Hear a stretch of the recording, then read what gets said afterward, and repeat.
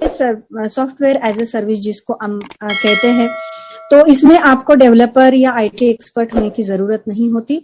Backend पे क्या चल रहा है इसको जानने की भी जरूरत नहीं होती। डेटा कहाँ से आता है, कहाँ जाता है, कैसे प्रोसेस किया जाता है, सर्वर क्या होता है, सर्वर कैसे मेंटेन किया जाता है, फिजिकल मशीन कितने हैं, वर्चुअल मशीन कितने हैं, डेटा सेंटर में प्रोसेसिंग जो भी होती है उसके लिए ऑपरेटिंग सिस्टम क्या लगती है, इन बातों को मैनेज करने के लिए वेंडर्स या क्लाउड प्रोवाइडर्स होते हैं और हम उनसे सर्विसेज लेते हैं, इसलिए हम सॉफ्टवेयर एज ए सर्विसेज कहते हैं और उसको यूटिलाइज करते हैं। इसको बिना इंस्टॉलेशन किए हम उसकी बस सर्विस लेते हैं और जितना हम यूज करते हैं वेंडर या जो भी डेवलपर होते हैं उनको उतना पेमेंट जाता है।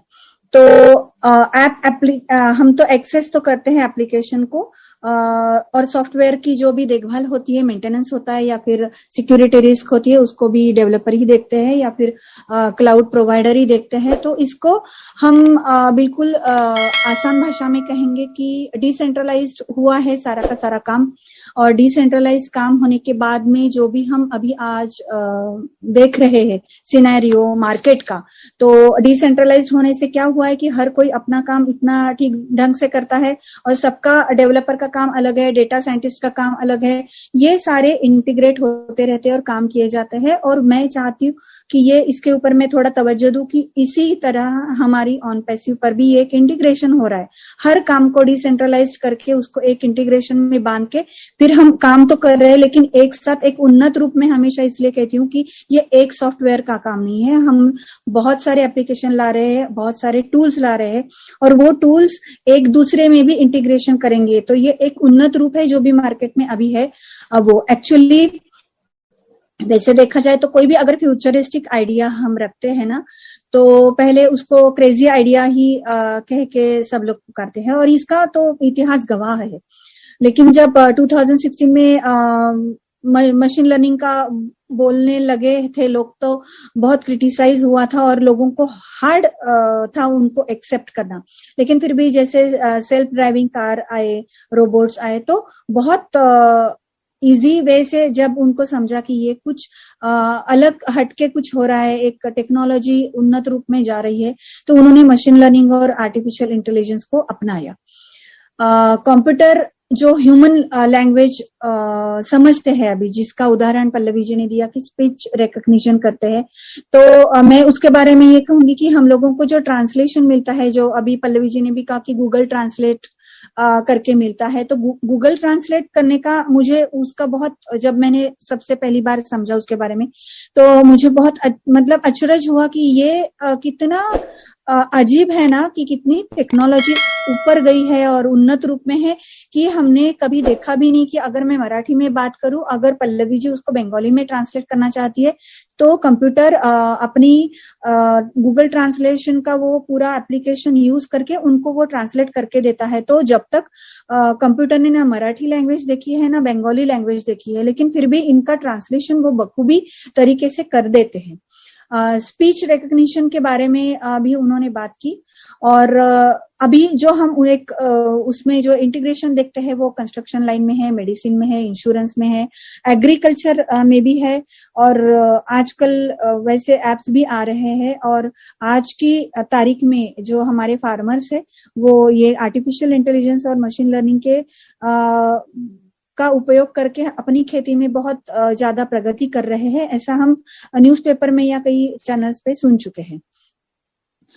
एक बात है कि डेवलपर्स एक्चुअली वो ना एक्सपर्ट्स होते हैं, वो डेटा साइंटिस्ट भी होते हैं, वो कुछ नहीं होते, लेकिन वो पार्टनरशिप कर सकते हैं डेटा साइंटिस्ट की तरह, वो मॉडर्न मैनेजमेंट कर सकते हैं, फीचर्स इंजीनियरिंग कर सकते हैं और मॉनिटरिंग कर सकते हैं। लेकिन इसका चार्ज, जैसे मैंने कहा कि मेंटेनेंस हमको करना नहीं, जब हम कोई भी सॉफ्टवेयर यूज करते हैं तो हमको चार्ज हम पे नहीं करते, जस्ट हम यूज करते हैं। तो ये एक पूरा का पूरा डेवलपर का जो काम होता है, उनको एक डेटा स्टोर के लिए जगह लगती है, क्योंकि ये सारा ही काम एक डेटा के बिना नहीं हो सकता। तो इसलिए हम बार बार डेटा सेंटर की ओर जाते हैं कि डेटा सेंटर हम समझते हैं, लेकिन डेटा सेंटर में इतने हमारे यहाँ पे इतने जो कस्टमर्स होंगे या फिर कंपनीज होंगी वो इतनी ज्यादा तादाद में आएगी कि उतना ही हमको ज्यादा प्रॉफिट होने वाला है, क्योंकि जैसे हमने अभी कहा कि जो प्रोवाइड करता है, वो जो प्लेटफॉर्म प्रोवाइड करते हैं, उनको जितना कस्टमर या जो भी कंपनीज यूज करेंगी उस प्लेटफॉर्म को, तो हमको रेवेन्यू आएगा। तो डेटा स्टोर के लिए तो हर कंपनी को और हर डेवलपर को, हर वेंडर को, हर क्लाउड डेवलपर को ये जगह लगने वाली है। तो डेटा सेंटर एक हमारा एक बहुत बहुत बड़ा मैं कहूंगी कि जगह होगी जहां से हम रेवेन्यू जनरेट कर सकते हैं।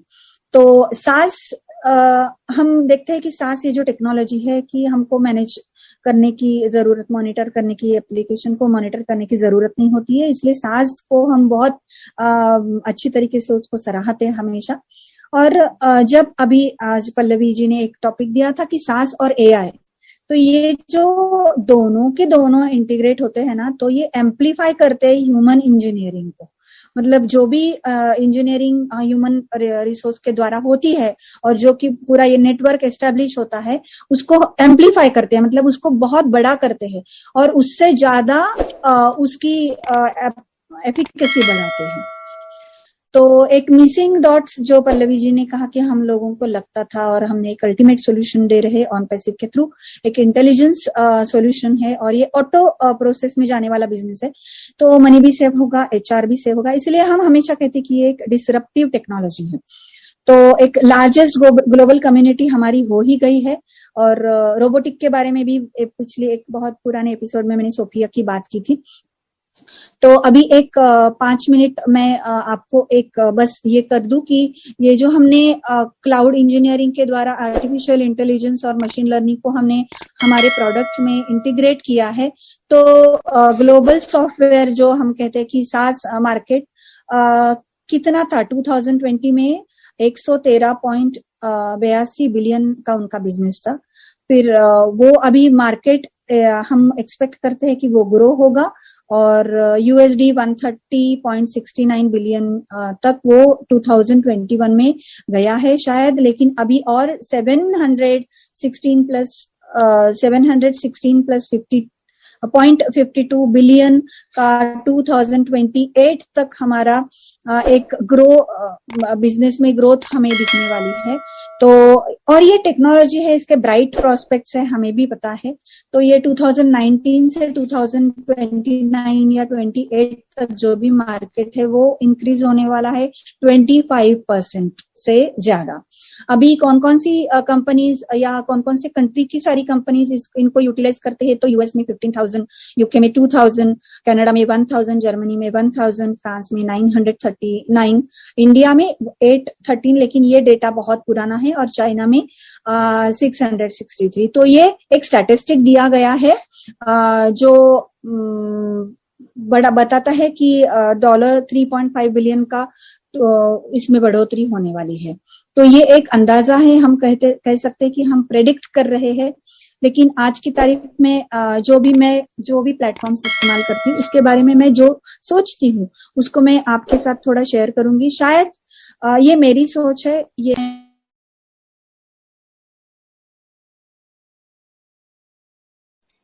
हमने कुछ पढ़ा नहीं। म्यूट हो गए ममता, आपका आवाज नहीं आ रहा है।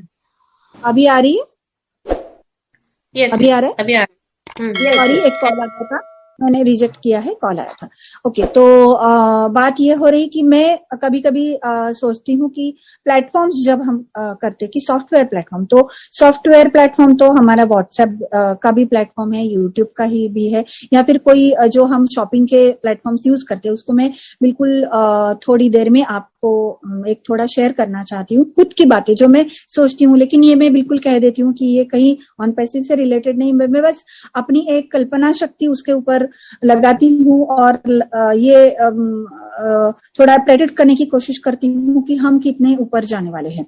तो सबसे पहले मैं ये कहूंगी कि जैसे सॉफ्टवेयर एप्लीकेशन हम व्हाट्सएप यूज करते हैं, 10-12 साल पहले तो बहुत लोग कम थे। अभी तो बहुत शायद ही आपको कोई मिलेगा कि जो सॉफ्टवेयर ये व्हाट्सएप सॉफ्टवेयर नहीं यूज करते हैं। बिल्कुल हमारी ग्रोसरी वाला भी अपना जो पूरा लिस्ट है वो व्हाट्सएप पे ले लेता है और डिलीवरी कर देते हैं। तो एक ये ईज हो गई है, ये सॉफ्टवेयर एप्लीकेशन के जरिए हमको घर बैठे बहुत सारी सर्विसेज मिल जाती है।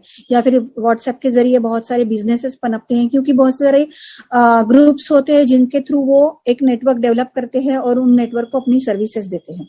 लेकिन एक उन्नत रूप इसका भी हमने देखा है कि कुछ एक मार्केटिंग साइट्स, शॉपिंग साइट्स अभी बाजार में आई है, वो उनका पूरा का पूरा सॉफ्टवेयर वहां पे लगा होता है कि आप वहां पे लिंक जनरेट भी कर सकते हो, या आप लिंक भी नहीं जनरेट करते हो तो फिर भी आपको वहां से आप कुछ खरीदी करके आपके कस्टमर को आप भेज सकते हो। और बीच का ये जो पूरा का पूरा मैकेनिज्म है जिसको हम ह्यूमन इंजीनियरिंग कहते हैं, वो ह्यूमन इंजीनियरिंग इज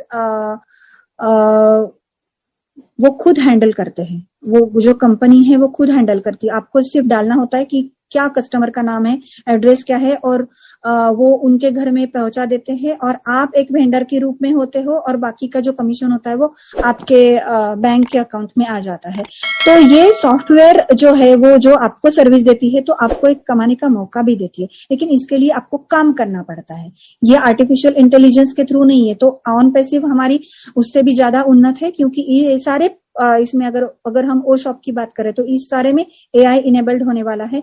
तो ये सारी की सारी टेक्नोलॉजी आपके बिहाफ काम करेगी। अब तक की जो भी शॉपिंग साइट्स है वहां पे आपको कुछ ना कुछ काम करना पड़ता है, या तो एड्रेस डालना पड़ता है, आपका कमीशन डालना पड़ता है, फिर आपको मिलता है। लेकिन एआई थ्रू जब भी हमारा कुछ आएगा वो कंप्लीटली एक ऑटोमेशन, एक बिजनेस जाएगा।